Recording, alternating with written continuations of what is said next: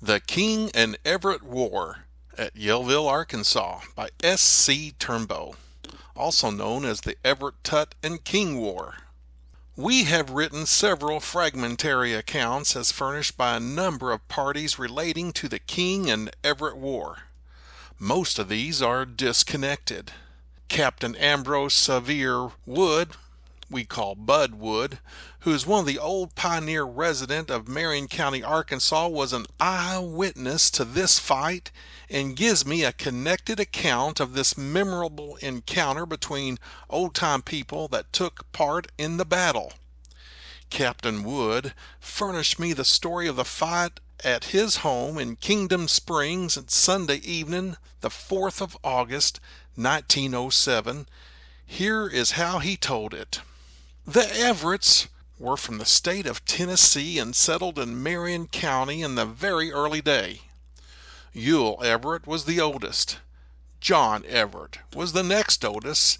Cimarron Everett was the next. Jess Everett was next to Cimarron, and Barton Everett was the youngest. A year or more after the arrival here, Barton Everett was elected sheriff of Marion County and served out his term of office. When the Everetts first arrived here, they had dealings with Hansford Tutt, who was a one-horse merchant in Yellville. Soon after this, Jefferson Tutt and Davis Casey Tutt was involved in a quarrel, and it continued to grow worse until the men were drawn into it. But up to this time, the quarrel had not culminated in a fight. Finally, the Kings moved to Marion County from Alabama.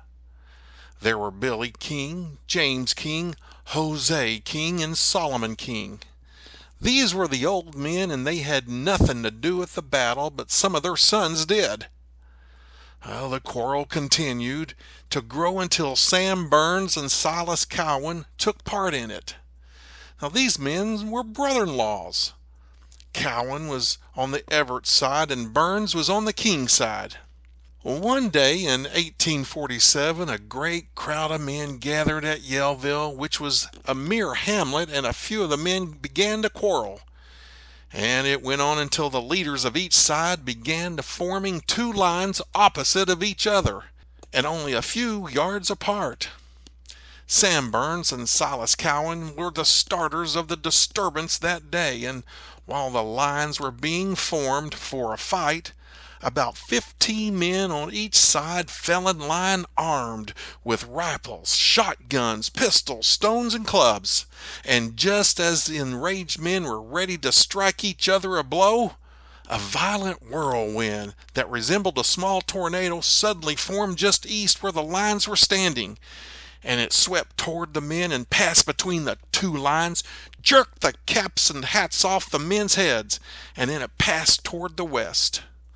The great whirlwind had collected a thick cloud of dust, and when it struck the men, it bewildered them, and they all backed off, separated and scattered, and the trouble ceased for a time.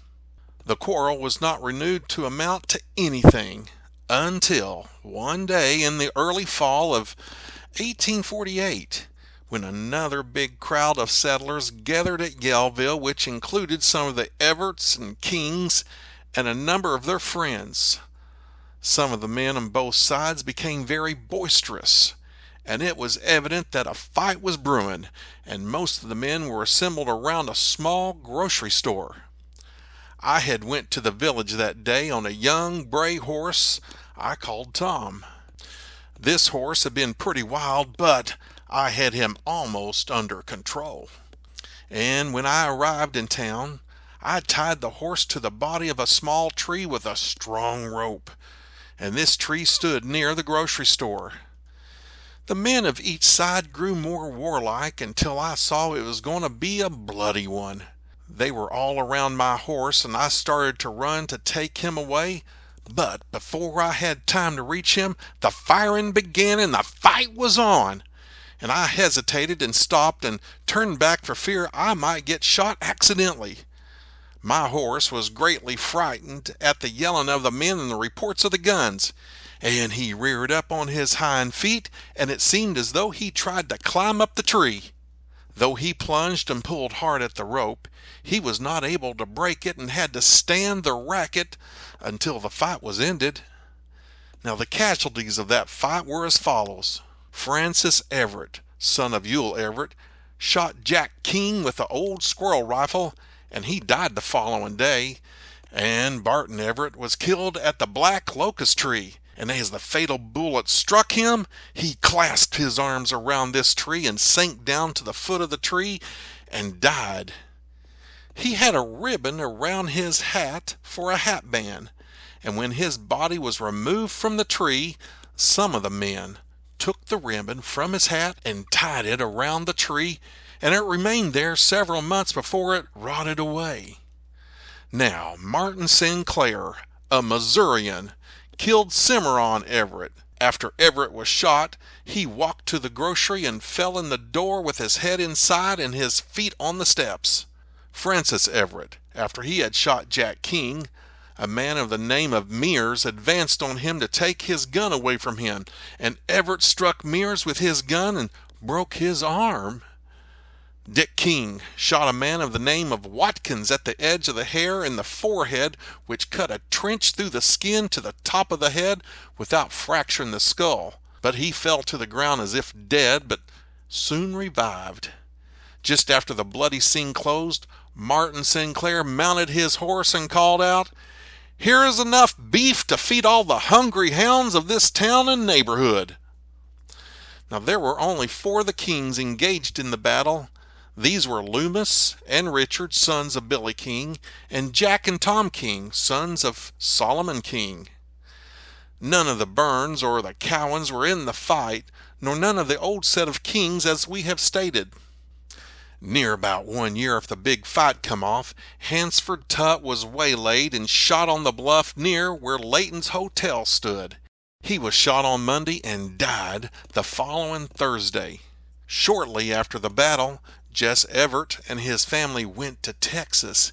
He and his sons came back to Arkansas several years before the beginning of the Civil War, and they went to Springfield in Conway County, where some of the Kings were living then, and arrested Loomis King and his father Billy King, and young Bill King, the son of Solomon King, and brought them 10 miles south of Yellville and shot them. Their dead bodies were brought to Yellville and given interment on the Jim Wickersham property. As Captain Wood ended his account of this bloody affair, he said, "There were 11 men killed from the first to the last as the result of the King Everett War."